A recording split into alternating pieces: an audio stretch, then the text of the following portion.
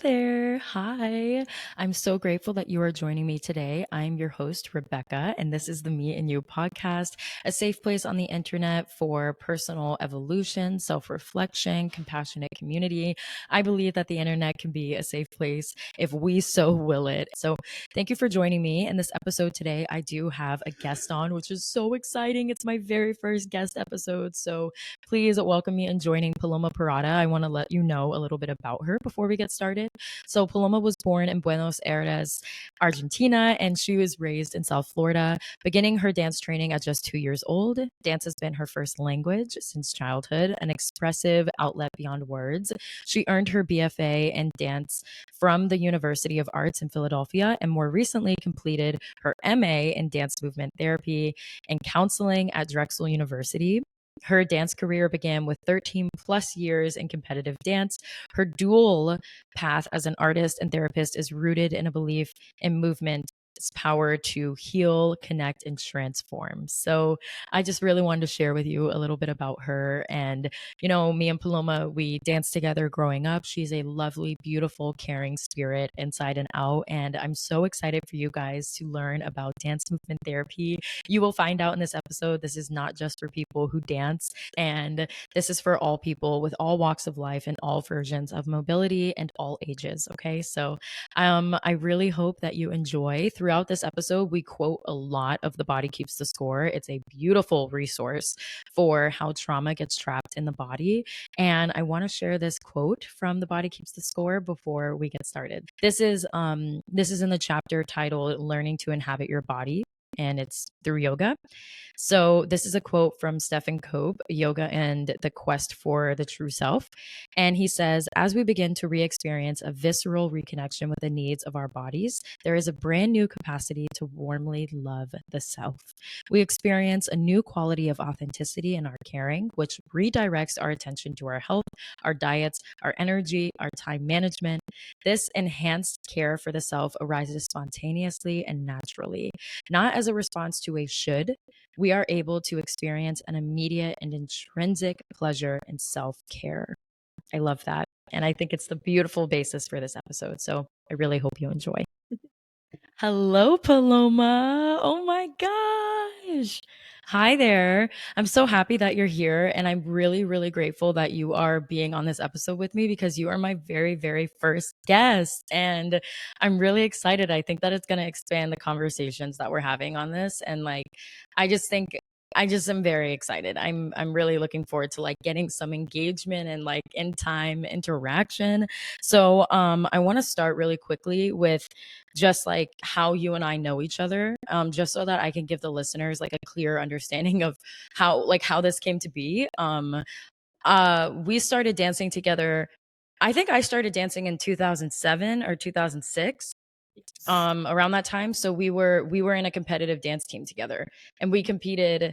Well, we were both recreational, and then we competed, and then we switched studios together. We have just been in each other's life and dance for so many years. And then we've obviously stayed in touch through the years. You're very close to my little sister, and she's definitely the link between us. But I'm so Not to Jess. grateful.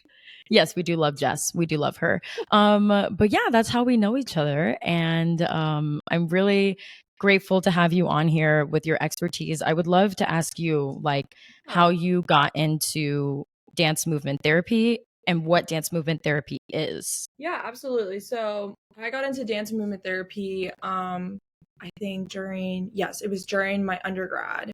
I spoke with an actual dance movement therapist at the time, and she gave me all the benefits, and she's like, what it is. And I was just so interested about how it really connects the idea of movement and how movement can be very therapeutic, and movement through a therapist point of view, and then when you're working with a client, there's a lot of transformation that happens. And I thought that was really, really beautiful, because that's honestly how I feel when I look at dance. It's very therapeutic for myself. Yep. And you probably could agree with that too. Yeah. And I just thought it was if I could do this for myself, and transform other people's lives, because I'm such a caring person. I have a very caring personality. I love to help people out. And Yeah, you really do. thanks. You're a One more, horse girl at heart. I am. until I really broke my wrist when I fell off a horse. So I was Oh my like, God, that's terrifying. yeah, I I know. forgot about that. Yeah, Oh my you were. God. That's so funny. But I just thought, like, how beautiful is it to like incorporate movement the same way that I believe that movement is very therapeutic for me, and like incorporate it for other people's lives and transform where their experiences are, or like maybe they're discovering a mental illness they're they're Right. undergoing, or maybe just a situation that's happening in their life and it's huge, but Mm-hmm. movement can kind of like, it's like Mm-hmm. really transformation. No. Mm-hmm. It Um is really transformational. Absolutely. And in the start of this episode, I did, go ahead and read off your education and stuff. But if you want to just briefly yeah, share like kind of where your education was and like where you plan to take this and where you're at right now in absolutely. your studies. So I went to Drexel University, which is upstate Pennsylvania, right in the heart of Philadelphia.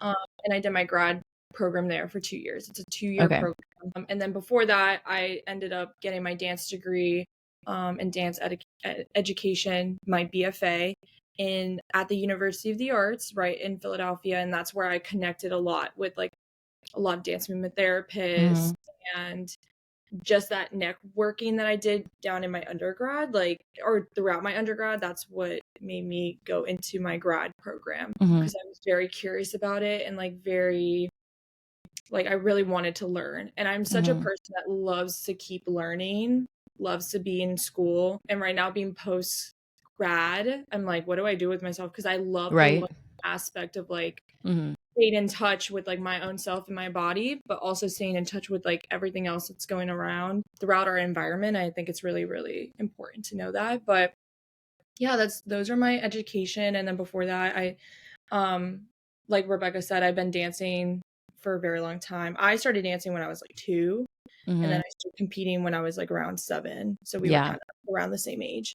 And then Yeah. for a long time, I knew I really wanted to do dance. So that's where the connection of dance in my own body really like made sense that I need to do this professionally. Mm-hmm. So that's when I went ahead after high school and I went to pursue my BFA pretty much. And now I have it. Awesome. Yeah. Yeah. And then and I want to bring up like what does a dance movement therapy session look like, and I want to like clear this right away because I know people are going to hear this and they're going to see the title of the episode, or they're going to see Yeah, that the guest absolutely. is a dance movement therapist, and they're probably going to think, well, I don't dance, so this isn't for me. So I would love, when we this is actually hilariously back, this is some BTS, but me and Paloma have already recorded this episode and then it didn't capture our faces or the audio as well. So So this is our fun. second time recording, and this is probably like our 100th time rescheduling, honestly. So I'm just happy to be here right now. But one of the things that came up last time that I really want to just Really. nail down is that this is not just for people who dance.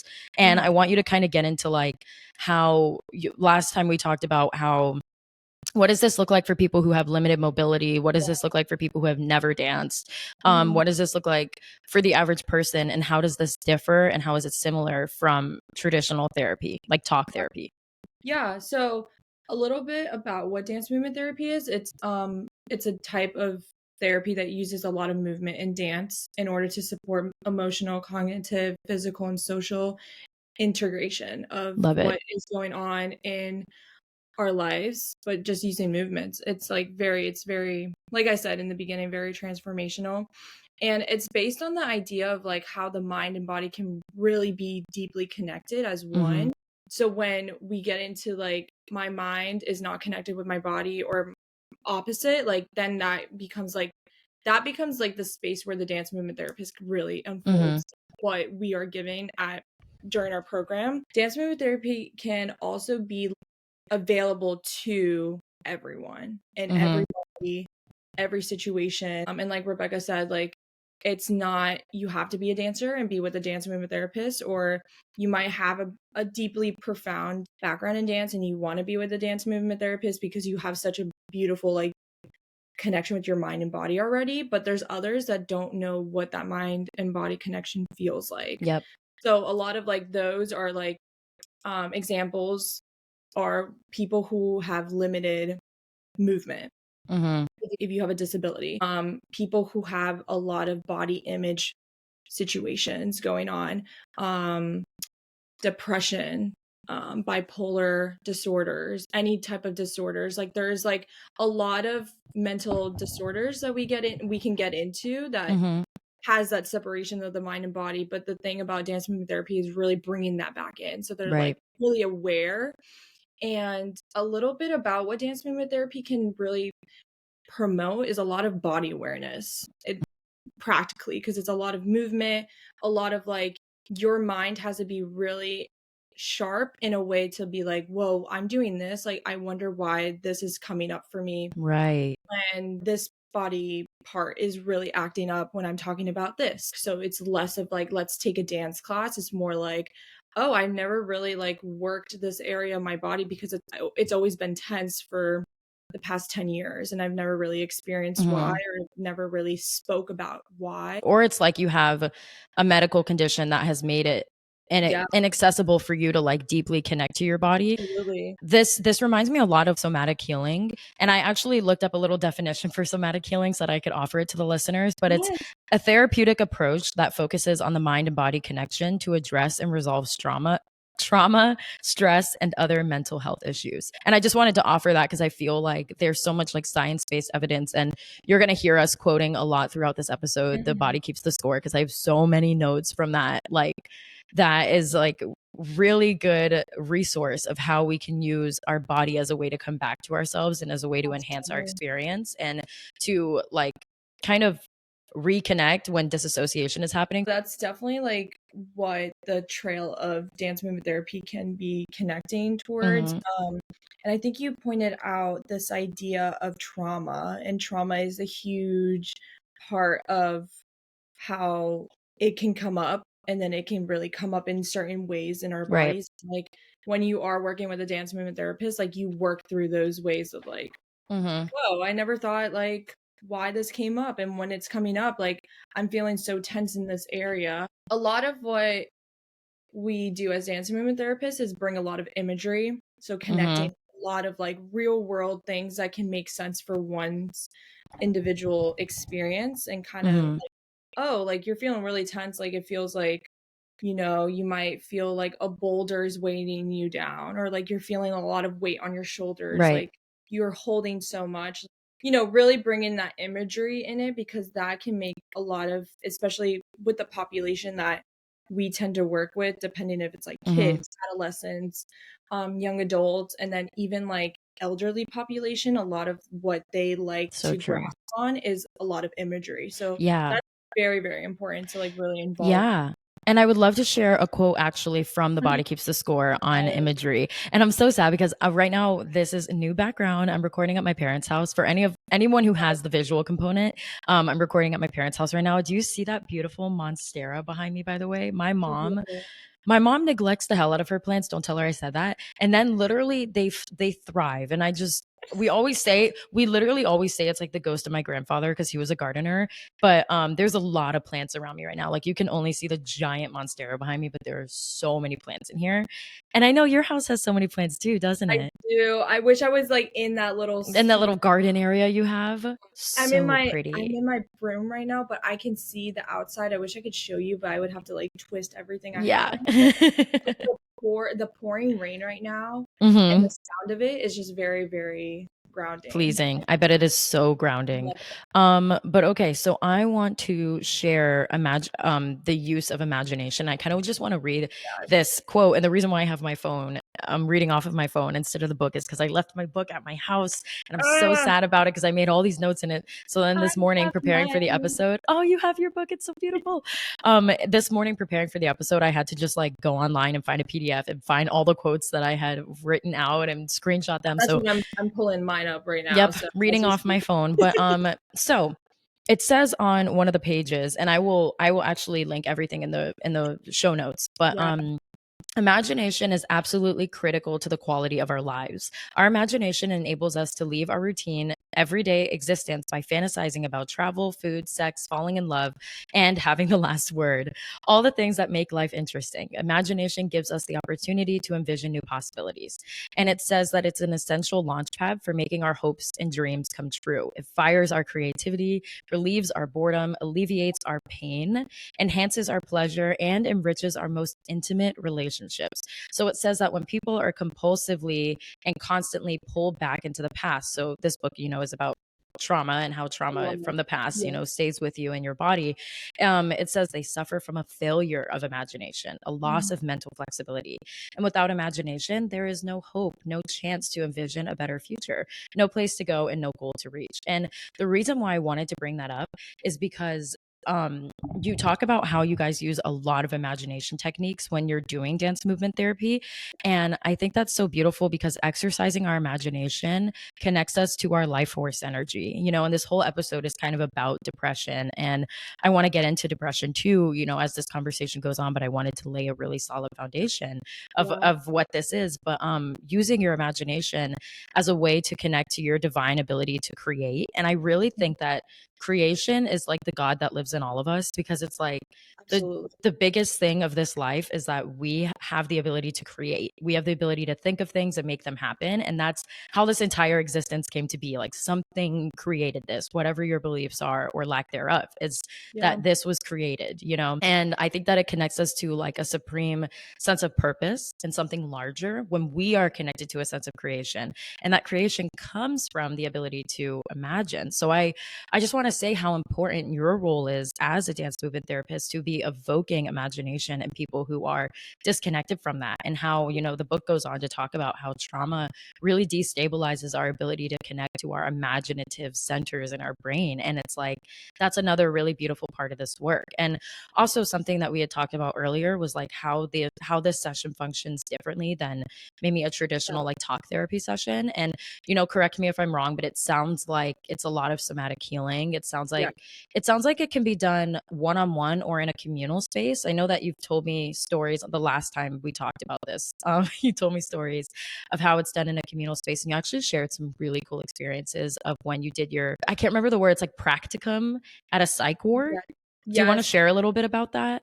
Yeah, and that's so funny because I came up with like the idea of imagery and like how important it is really to exercise this imagination. And I think you don't have to be 2 years old to be like, I need to have an imagination. Like you can Right. be PD5 and be like, Uh-huh. whoa, like I still have a lot of imagination. And I think that's something that dance movement therapy or all the creative arts therapy I can talk about, Mm-hmm. like music therapy, art therapy, dance. There's also trauma or drama therapy. Really? Yeah, That's there is. interesting. It's like very it's a little bit on the newer side, just like dance movement therapy. It started in the 80s, but it's like Mm-hmm. slowly branching out. Music therapy and art therapy are like one of the two Mm-hmm. that are very like well known across the our nation.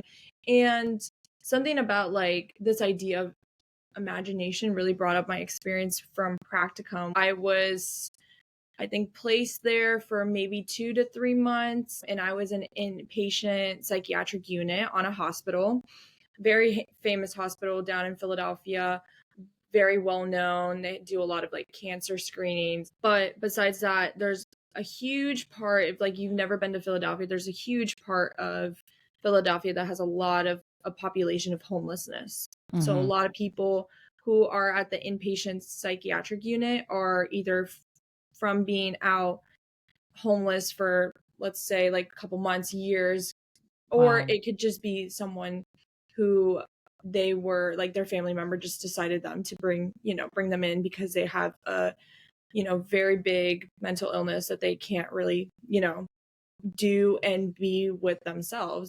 So everyone was very different. They came from very different backgrounds. A lot of their stories are their own unique stories, but I have this one specific group that I was co-facilitating. So because I was a practicum student, I really couldn't facilitate. I was just kind of like, watching, Mm-hmm. knowing my surroundings, knowing my environment, and also like knowing what I can do when I am in this population. And I was with a dance movement therapist who at the time she was completing her internship there. So she's been there for half a year, Okay. she was finishing her program. And I remember doing a group, and most of the patients in the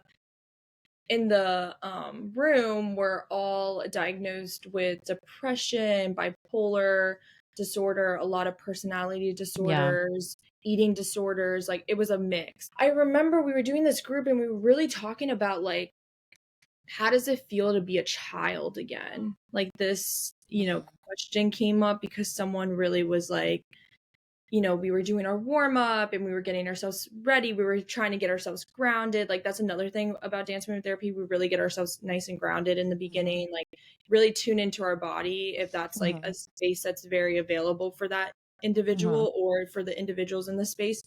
And after warm up, we were playing this one song. It was a song that really brought up a lot of like childhood memories for this one specific person. And they, you know, spoke out and they were like, whoa, like this was like my childhood song, like this reminded me when I was like in kindergarten, like all these things started like really coming out. And that's like the idea of like, that's a really beautiful idea of how music and dance really connects with like your inner child. Yeah. And a lot of people really go to therapy and they find out like, whoa, my inner child, like I've never heard about that. Like, when you two sometimes do talk therapy, like you learn about your inner child. And I think they all learned about their inner child in that specific day. And we brought out the question, and I remember, I think I brought it out and I was like, how does it feel to be a child again? Like, how would that look like? Yeah. And they all went around and shared this crazy wild story of like how their imaginary like self would be in their body and in the body of like when they were 6 years old, 5 years old, even 20 years old, like, for them to be that young. And I think this idea of having imagery, and most of those patients were over 50 years old. So like, you know, it's really, really important to keep that imagination piece to ourselves Yeah. and our body, because I think that really builds what first our character is, our personality, Right. and also like just it keeps a little hope inside for us, if that makes sense. And like Yeah. it really keeps us going at the end of the day. And like something about that really taught me like how important imagery is. Right. And like hope is so interesting to me because there was like a few years ago I was going through like a lot of like mental Mm, turmoil, and I was yeah. just saying like, what is the point of hope? Like I don't see the point of hope, and it feels like fantasizing. It feels like connecting to something that's not real and isn't going to happen. But then I heard this quote. They said that hope is what gets people through war. And once I heard that, I was like, holy crap. Like, it's a survival mechanism. Like, to be able to hope, to be able to envision something different than what you are experiencing is a survival mechanism. It is a deeply profound sense of imagination. And yeah, that always stuck with me. I wanted to share that. But I want to get into the depression component Yeah. because, oh, well, I was going to say that my brain. I was I going to know. say that Thank you. it sounds like how these sessions function, like thinking about how they function differently than a talk therapy session is like, Yeah. talk therapy is like, tell me about the time. Like it's a talking version Like of it, but what's it's coming up, right. Like what's coming up. But it sounds like dance movement therapy is like, find your inner child in your body. Like you heard this music and where did it provoke for you? And like, where did it come up and how did it make you feel? And how does it make you feel now? And like, you know what I mean? It's just very sensational.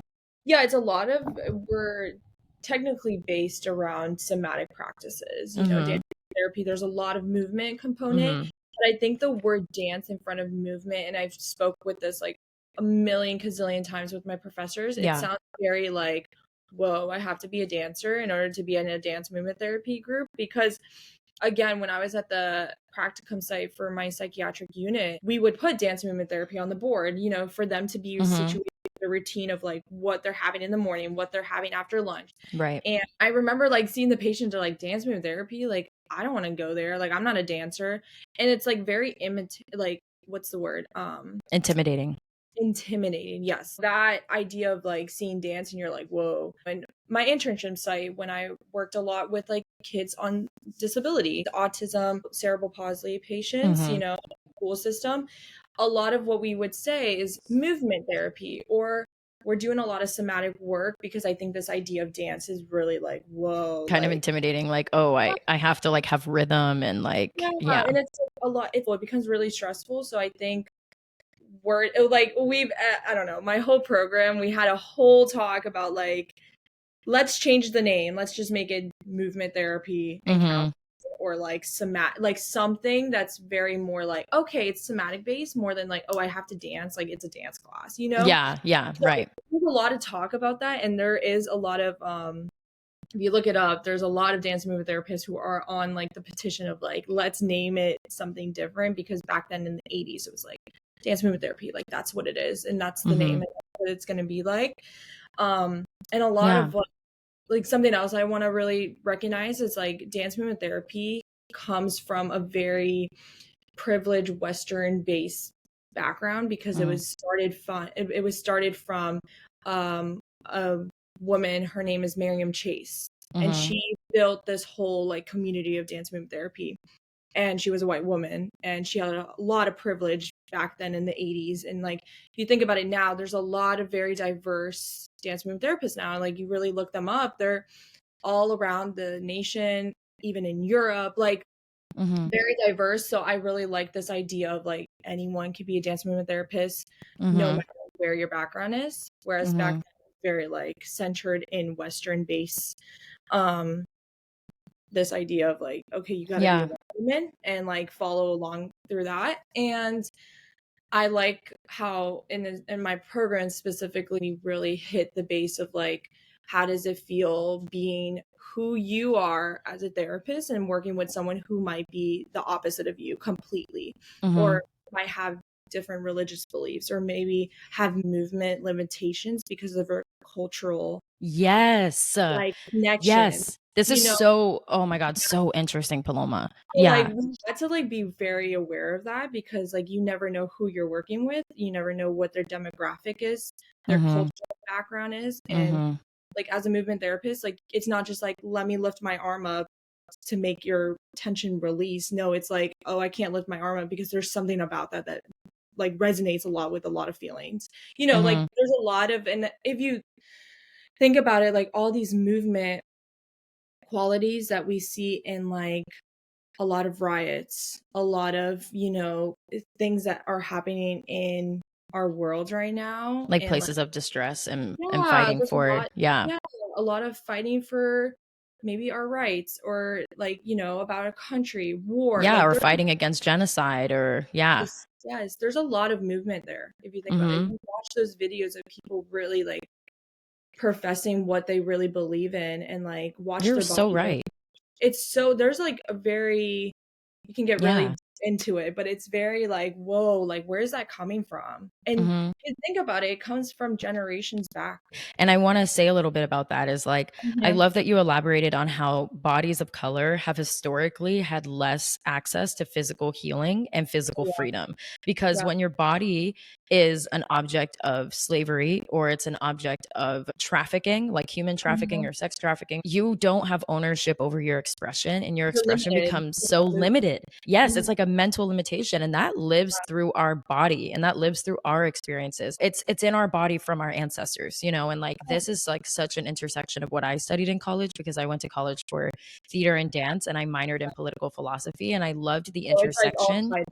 Right. I love the intersection of how like certain bodies were they literally didn't have access to the freedom of movement, and the way that, like you said, this was predominantly a westernized, practice that is based through privilege. It's a privilege to be able to have so much access and freedom in your body, and to be able to explore the movement of your body, to have time to do that, to have resources to do that, to have a space to do that, to afford a space to do that. Literally, like there are so many components that I love that you touched on that. And like you're so right, this could go into a whole episode. Like I read something in college, Sharon Bridgeworth, I think is her name, and her book called Love Conjure Blues, and it's like a kind of like a spoken word poem play situation. It kind of really gets into like how these things are stored in the body, and it's very theatrical, but I love that intersection.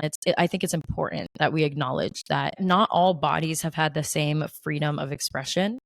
Absolutely. And not all bodies have had the same access to being allowed to express, or like how one body expresses is not safe for Different. another body, you know, going back to like the Victorian era, how like men are allowed to move in a way that women weren't, like the way that they moved, the way that they sat, you know, thinking about people of color in that time period as well. Like it was Yeah. just all so different, you know, and how different cultures view different body parts. Like Mhm. I just think that is so beyond interesting. Or like when women do move, it becomes a sexualized piece of Yes. component, and it's not always like that. Mm-hmm. And then we're categorized with like, oh, we're just being sexual, we're just like showing our body Right. off, we're like, you know, we're just Yeah. trying to provoke what our no, but it's not that. Like It's not it's that. And that reminds me so much of belly dancing, because belly dancing has been this beautiful practice where yeah, you know, people of all bodies have been able to it's like such a share cultural rhythm. component of Yes, and exchange and community. And I love that you brought up community, because Mhm. I want to get into a little bit like depression, Yeah, disassociation, and loneliness. If you are yeah, experiencing depression, like you are so loved and you are so seen and you are so not alone. yeah. And you know, there are people who deeply care about your experience and they want to help to pull you out of it.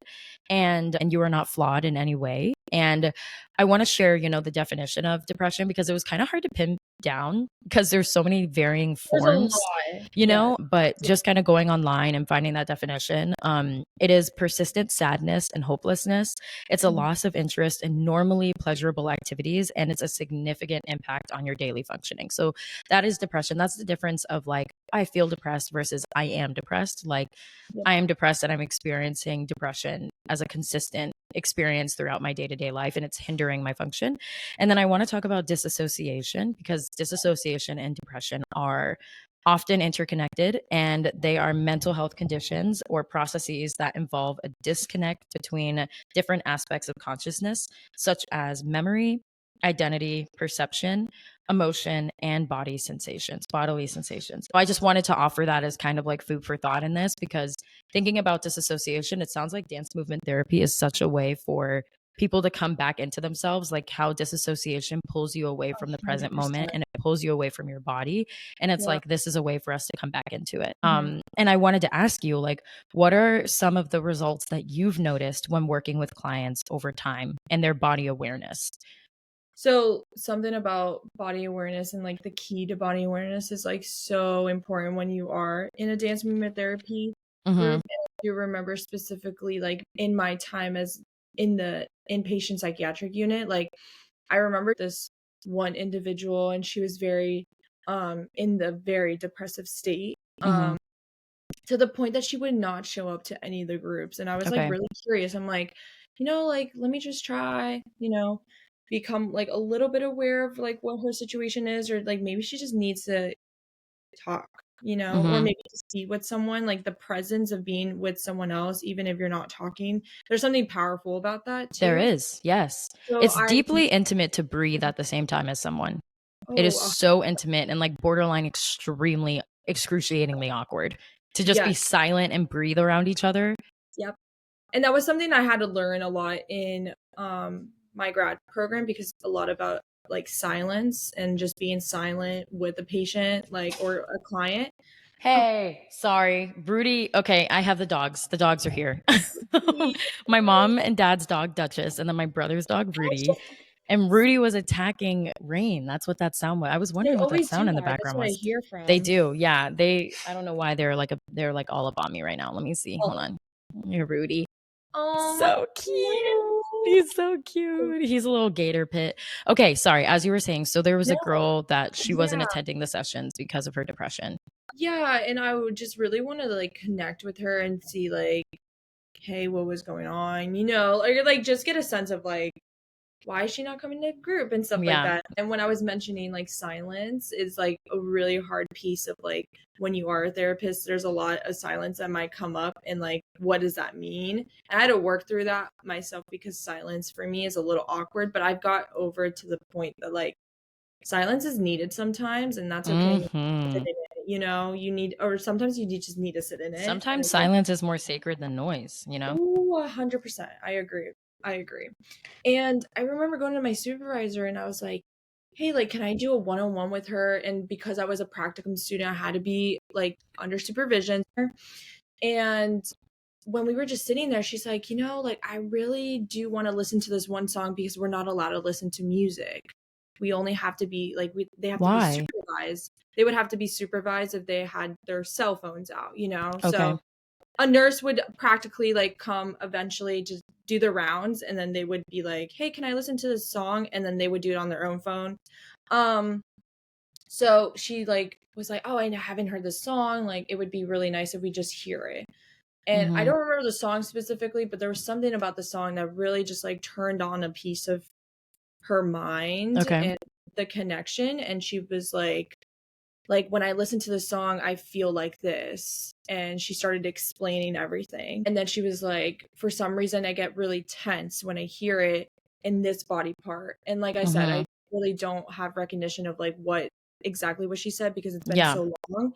But it's been like a year since I haven't done this. So like, with being at the inpatient psychiatric unit. So I was like, whoa, that was a lot of information. Mm-hmm. But she just really wanted to sit with me and listen to that song. And then with that song itself, a lot of information just unfolded. I think something about her just really listening to the music brought a lot of body awareness of like, oh, this body part, when I listen to the song, this body part really like Yeah. resonated with me. And a lot Yeah. of that body awareness really like came up for her Yeah.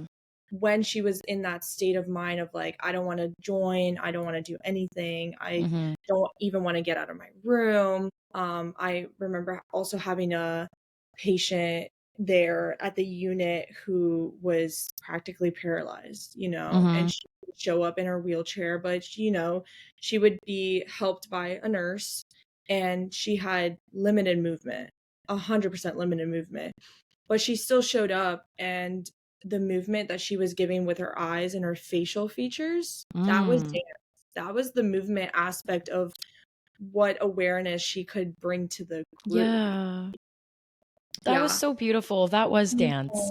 Mhm. Yeah, that Oh, was dance. And that it was just something dance. simple, like, and I think that's something that really like sparked my interest in this program was like or like the movement doesn't have to be like, let me move my head right and left. It Mm-hmm. could just be like, where are my eyes facing? Like, where are my five senses Mm-hmm. connected in this dance? And like that becomes the movement itself?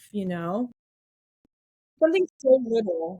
Yes. The dance portion feels like it's just a streamlined movement or like a connection of movement. Like it's movement, movement, movement. And that's why it's quote unquote dance because it's just Yes. movement coming together, It's rather than thinking of it as like a choreographed routine. But yeah. I wanted to, oh my gosh, so much that you said. I love how music just gives such an experience of freedom for so many Mhm. people. And I was actually talking to my therapist the other day about how I have some really difficult emotional stuff I'm working through, and I haven't been able to really get it out the way that I need to. And she was Yeah. saying, like, well, you're someone who loves to verbally, process. So, maybe journaling would help. And I was saying, like, I don't even want to journal because I feel like the amount of time it would take me to journal, my hand would cramp, like, Yes. and she I was had a saying, note so for that when I was listening to your podcast. really, Which, really, yes, which sorry to cut you off, but I no, was it's like, okay. when I was listening to your podcast, I was like, I need to tell Rebecca about what embodied journaling is. Okay. What is embodied journaling? It's okay, so it's a lot of like what I had to do for my thesis project, what I texted you about, and I was like, whoa, this connects so Mm-hmm. much. So a little bit of like backstory about my thesis project. I just wanted really to resonate on this idea of movement and burnout and compassion fatigue. Like, what is that? And throughout my process, I had to do like literally 10 weeks. That was my research, let's say. Mm-hmm. And it was a self-study, and I did embodied journaling, which is a practice that if you are not like the type of journaling person that likes to sit and like write and then your arm cramps or your hand Mm-hmm. cramps, you said, you can just embody it, like do almost like an improvisational score Mm-hmm. and play whatever music, whatever mood. I did a lot of my embodied journaling through silence, and I like learned how that is. And like some days I was laying on the floor, some days I was like standing upright, some days I was like just moving my limbs like the way Mm-hmm. I really wanted to, and I just wrote afterwards. So if I timed myself like let's say 30 seconds to a Mm-hmm. minute, maybe there was one day I did max 2 minutes and I just improvised You for just the like randomly moved your body. I just randomly Okay. moved my body. So I didn't really like I just sat there, or like if I wanted to sit or stand, I just kind of like my head wants to go. Let me just initiate the head movement. Or like I think my arm wanted to go one day. Um and it became this whole project where I took that movement and I re-recorded myself, of course, and I took those movements and I made them a whole choreographic Oh, dance. And so I cool. Yeah, and Jessie was part of the project too. I don't know if Yeah. she told you about that, but Yeah, I she's saying, remember that. I remember that. yeah, so a lot of that could be so helpful So for then you say you individuals. do embodied journaling after. So what does the journaling afterwards look like? So the journaling part is like that's your own freedom. That's you can jot down words that came up. You can jot down questions. You can jot down how you felt Mm-hmm. before and after, rather than like just sitting there and being like, okay, like what do I actually feel like Yeah, today? having to Like, work I'm through the just entire thing. Yeah, Yeah. like I honestly like if anyone is very interested in doing that, like I would recommend taking like 5 minutes out of your day, depending of like how stressful it is, or maybe you're just not feeling like you're in the mood to be very Mm-hmm. motivated, and like trying to find like, whoa, where are those points? Because Mm-hmm. that's the dance itself, if that makes Yeah. sense. Yeah. You know? So you would embody what you're feeling. What are those questions that are coming up? Like really pin those in your head, because then you can write those down and be Mm-hmm. like, okay, my body feels like unmotivated today. And then the words that came out, let's say, were tension, but I found release, stressed, but found, you know, lengthening in my body, like whatever Mm-hmm. that feels like for Mm. you or looks like for you. And then your movement could be like, I literally just grew nice and tall and I just needed to stretch over and like Mm-hmm. find a stretch for myself that like that's more resonating for me than like, Yeah. oh, let me just sit down and write 30 minutes of like what I'm feeling when I wake up first thing in the morning or like before I go to bed. You know, Mm-hmm. there's a lot of when you move, a lot of things come up. Yeah, yeah, no, it's so true. And Yeah. that's what, my therapist was saying was like, it sounds like you need to find ways to express yourself that you don't need to be hung up on finding the exact right words for how you feel. And she was saying Yeah, that could look like putting on music and finding a song that encapsulates how you feel, or exactly. moving your body in the exact way that you just described, like random motions that are helping to release tension in your body. I loved how Mhm. you said like you were feeling tension, so you elongated. I want to get into that. I have a note on that I really want to talk about, but she recommended a couple things like scream singing, or like so many things that Yeah, you they're can so helpful. you can do to like really embody what you're feeling without having to find the exact word that encapsulates what you're feeling. And instead it's more of like a, yeah, I don't know, but I want to get into that. So what I love about dance movement therapy and like movement therapy or somatic healing is like pinpointing and de-stressing the tension in the body as it relates to the tension in the mind. I love how this mind body connection is so useful in your healing, and one of the questions I have is, how does the body hold on to trauma or display mental unrest? Like when you Yeah. think about like, okay, so what do you mean like mental tension creates physical tension? And this is also from The Body Keeps the Score. And it says one of the ways that the memory of helplessness is stored as muscle tension or feelings of disintegration in the body is the head, the back, the limbs, and or limbs in accident victims. That could also be like the hip or pelvis area. And the lives of many trauma survivors can come to revolve around bracing against and neutralizing unwanted sensory experiences. And that's how they start to self numb. We don't want to experience the pain in our body. So we have numbed our sensation and our ability to be with that Or we don't even know experience. the sensation is We don't there. even know what the sensation is there. That's what's so interesting. And when people are chronically angry or sad, constant muscle tension ultimately leads to spasms, back pain, migraine, headaches, and other forms of chronic pain. So it says one of the clearest lessons from contemporary neuroscience is that our sense of ourselves is anchored in a vital connection with our bodies. We do not truly know ourselves unless we can feel and interpret our bodily sensations. We need to register and act on these sensations to navigate safely through life.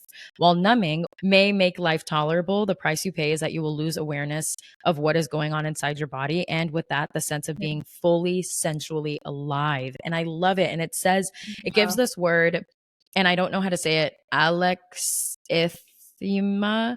So it's AlexithymiA. I know, right? There's so many sounds and vowels going on in there, but it's the technical term for not being able to identify what is going on inside of oneself. So people who Yes. suffer from this tend to feel physically uncomfortable and cannot describe exactly what the problem is. And that's why I love dance movement therapy, because it's like it's a deep dive into like where is the problem and why and how have we disconnected from finding that place in our body. And it says as a Absolutely. result, they often have multiple vague and distressing physical complaints that doctors can't diagnose. In addition, they can't figure out for themselves what they're really feeling about any given situation or what makes them feel better or worse. And I think that's what leads to the depression is the hopelessness, of Mhm. like, I can't get into the sensation enough to know where it's coming from. So I can't even begin to figure out how to move through it. And it says that this is the result of numbing, which keeps them from anticipating and responding to ordinary demands of the body in a quiet, mindful way. And then it says at the same time, it muffles everyday sensory delights or experiences like music, touch, and light, which imbued life with value. Yoga turned out to be a terrific way to regain a relationship with the interior world and with a caring, loving, sensual relationship to the self. And I Wow. just love it. And the best thing, the peak of this episode is really like if you are not aware of what your body needs, you cannot take care of it. If you Yeah. can't tell you're hungry, you can't nourish yourself. If you mistake anxiety for hunger, you eat too much. And if you can't feel when you're satiated, you'll keep eating. This is why cultivating sensory awareness is such a critical aspect of trauma recovery. And I'm just like, Wow. damn, that book is good. Like, damn, When like I tell you this book, like I had to read it twice. Like I read it during undergrad I and can't then I believe you read it twice. Holy crap. stopped. Yeah, I had to stop because I stopped like mid book and then I had to read it again before and like Mhm. during my time in my program and I was like, this just makes sense. Mhm. It's like it's It a just book. is so good. It's Yeah. so good. It's not only just a book for like really good like people who are Mhm. going through this trauma and like they've been through this trauma, Right. this situation in their life. But it's also a really good book if you're like going for dance movement therapy. You're like, whoa, this just makes sense because it connects a lot Yeah, it to does. It what we does. do in our And own. I wanted Yeah, to share that for me, if you're like me, like I couldn't read the book because I started it and then it was so it gets a intense little and tense so towards triggering and there's yeah, so many essay in it and like it was yeah, so much. So Therapy in a Nutshell on YouTube, I think her name is Emma McAdam. She good. recaps the book and the video is literally called The Body Keeps the Score Without All the Triggering Bits. And she recaps the Just entire a book. So summary. yeah, if you right, just a little tagline. So if you are interested in reading this book, but you're like me and It's a and a little lot of my friends who like it was just too much. Like I wasn't expecting all of that. And not saying that, we shouldn't dive deep into those things, but where I was at in my healing journey, like I really couldn't engage with that yeah. material. So if it is Also something you listen to your really body. right, listen to your body, but if it is something that piques your interest, that's a resource that you can read about and engage with this material with a Yeah, very mindful trauma mindful engagement with it, which is ironic and hilarious. But yeah. I know that we're nearing the end of this episode, and I want to really like wrap up with these final thoughts of like how we can use movement or expression as a Mhm. preventative mechanism or coping skill to remain connected to our experience and to remain grounded in our body. So like I'm thinking about this as like the whole point of this episode is like how can we move through depression. I want to talk about how, expression makes us feel more alive. Creation brings us closer to our life force energy and our sense of purpose and something larger, Absolutely. and how using movement and what's in your circle of control to access a sense of empowerment. Because I think part of depression and disassociation is a lack of empowerment, is a lack of like how you are able to move Isolation. forward. Yeah, isolation, how you are able to move forward through your mental blockages. And like, when we think about the opposite of depression is movement, it's like movement in a physical sense, movement in a somatic sense, but movement in a thought pattern sense of being able Yeah, to move beyond certain thought patterns. You know what I'm saying? Because nerves that wire together fire together, and or fire together wire together, something like that. But it's like we can literally get into our brain and we can create new neural pathways and grooves, and that is movement in the yeah, same way that there's Literally. other movement. You know what I'm saying? So I just really wanted to say that before the episode ended. And if you have any thoughts on that or closing thoughts on that, like I would love to hear. No, that's perfect because it really tied in on like what this idea of trauma and Right. like how trauma can really dysregulate our nervous system.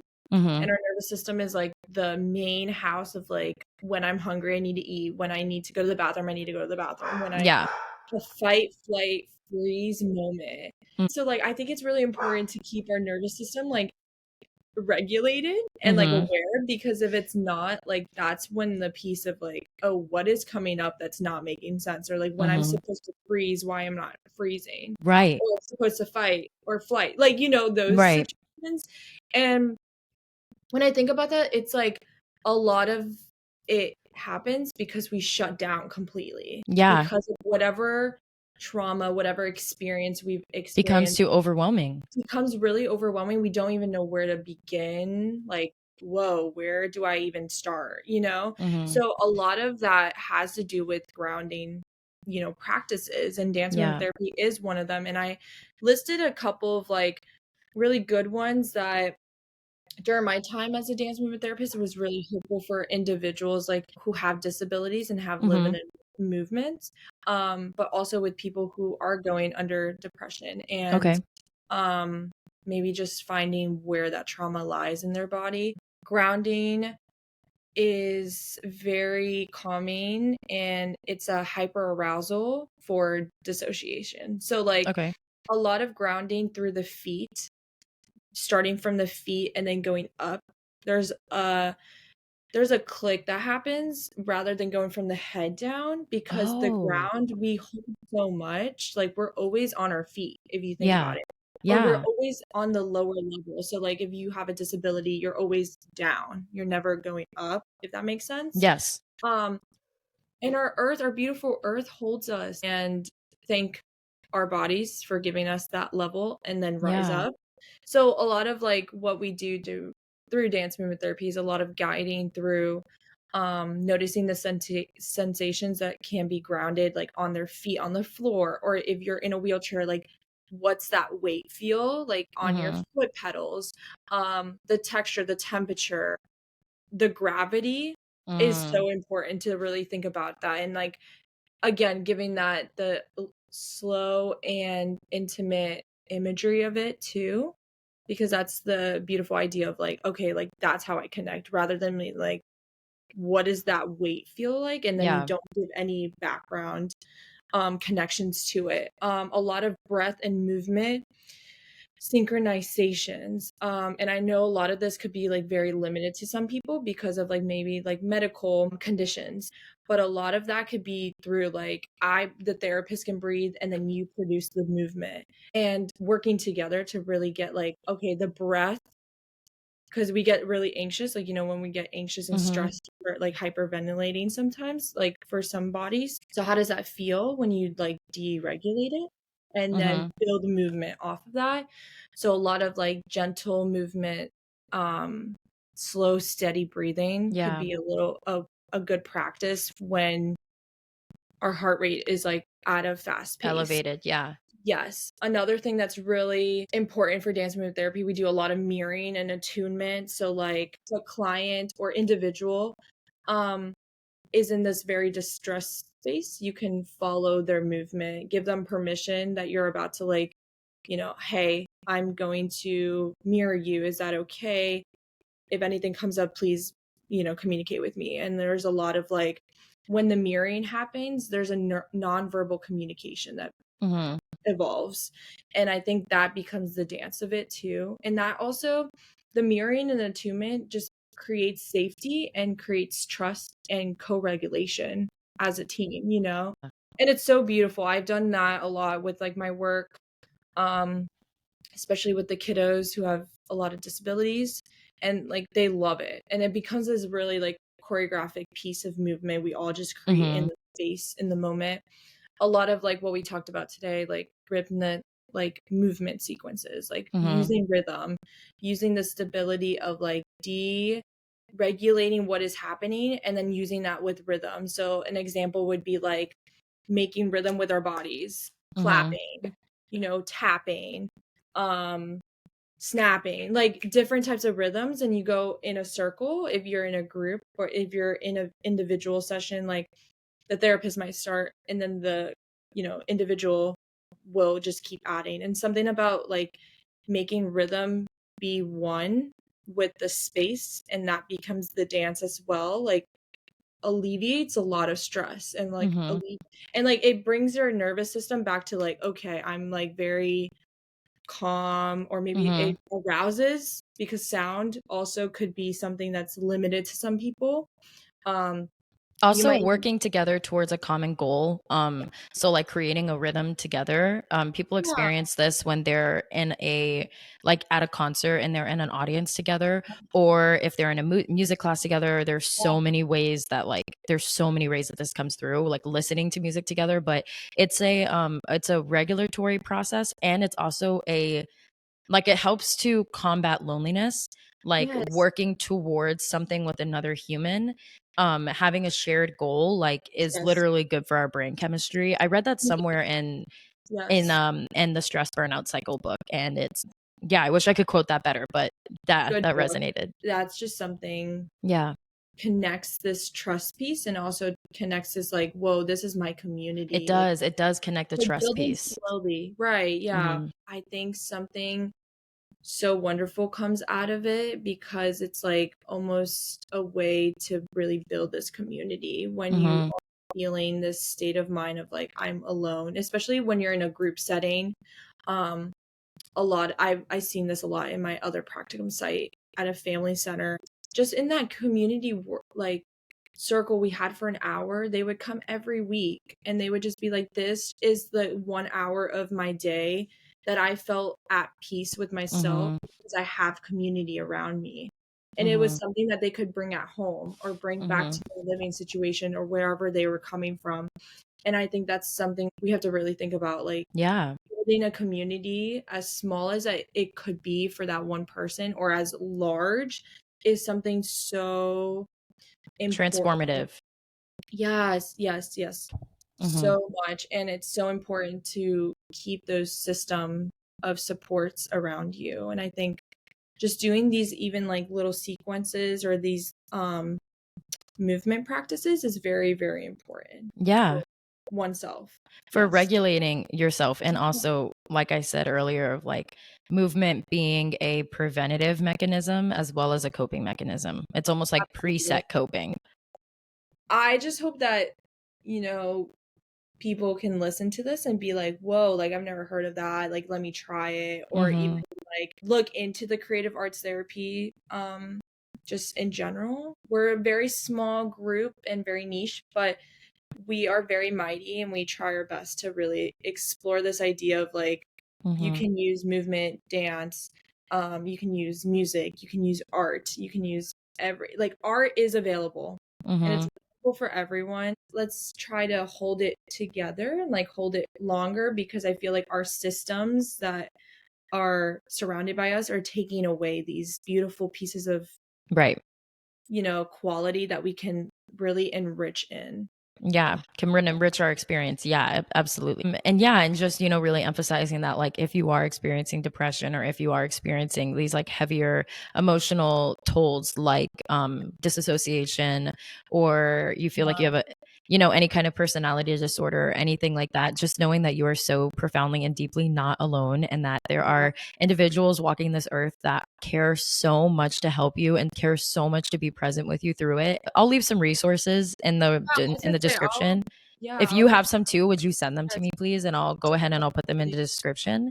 We'll leave some Um, resources for those who really need them. yeah, Yeah. absolutely. And, trying to create a better world where, like, hopefully one day everyone can have access to these things, and everyone can have access to talk 100%. therapy, EMDR, somatic healing, dance movement therapy. But yeah, thank you so much for being with me. This was so wonderful, truly Thank you so for having helpful. me. Rudy is coming to say goodbye. Okay. Yeah. And I mean, if you know anything about dance movement therapy, or if you are in this sphere, you want to learn more about it, please feel free to reach out to Paloma. I think she would love to If help you're a you dance out. therapist, please connect. I'm trying to network with a lot of DMTs, and I'm trying Yeah. to feel little group Yeah. together, I love it. I love it. Awesome. Please reach out to her. Thank you so much for being here, Paloma. Have a beautiful day, everyone.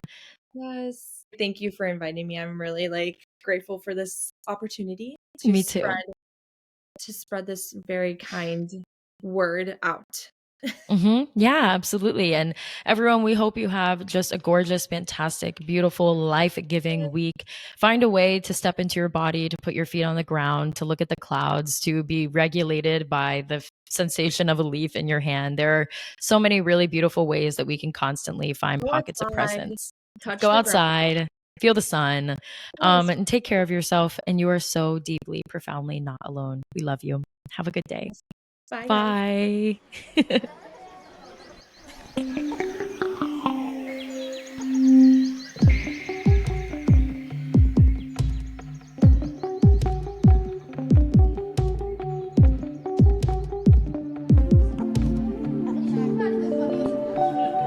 Co? Mają otwarte?